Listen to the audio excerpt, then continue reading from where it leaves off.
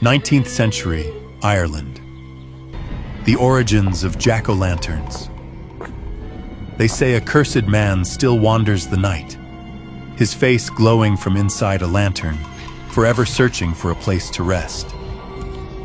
In the misty hills and quiet villages of 19th century Ireland, people spoke in hushed voices when the nights grew long.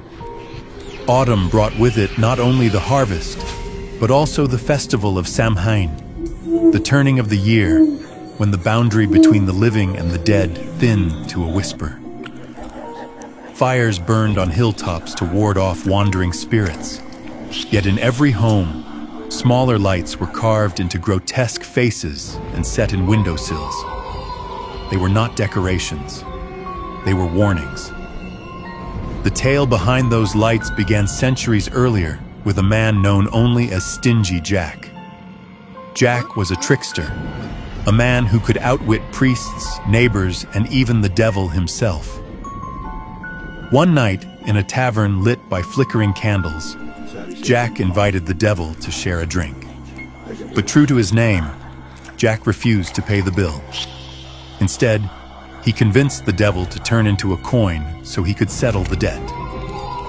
The devil agreed, amused, only to find Jack slip the coin into his pocket alongside a silver cross. Trapped by the holy metal, the devil was powerless. Jack bargained for his release, extracting a promise that he would never claim Jack's soul. But when Jack finally died, the trick unraveled. Heaven turned him away for his life of sin, and hell refused him for the bargain he had made. Cast out by both, Jack was left to wander the earth, a spirit without rest. The devil, mocking him, tossed Jack a single burning coal. With nowhere else to place it, Jack carved out a turnip, hollowed it, and placed the ember inside. And so he roamed the lanes and fields with his ghastly lantern, his face glowing from within, forever searching for a place to rest. People came to call him Jack of the Lantern. By the 1800s, Irish villagers swore that on certain nights they could see a pale light drifting through the fields, swaying like a lantern in a phantom's grip. Farmers warned their children not to follow it, for many believed Jack lured the living into bogs or off the road to lose their way.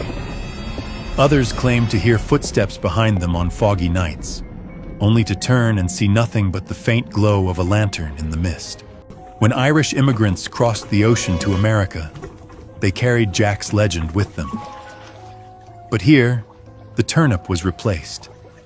In the New World, they found pumpkins, larger, softer, easier to carve. Soon, Jack's cursed light flickered behind orange skin instead of pale root. What had begun as a ward against a wandering soul became the very emblem of Halloween itself. The twist lies in the whispers that persist even now.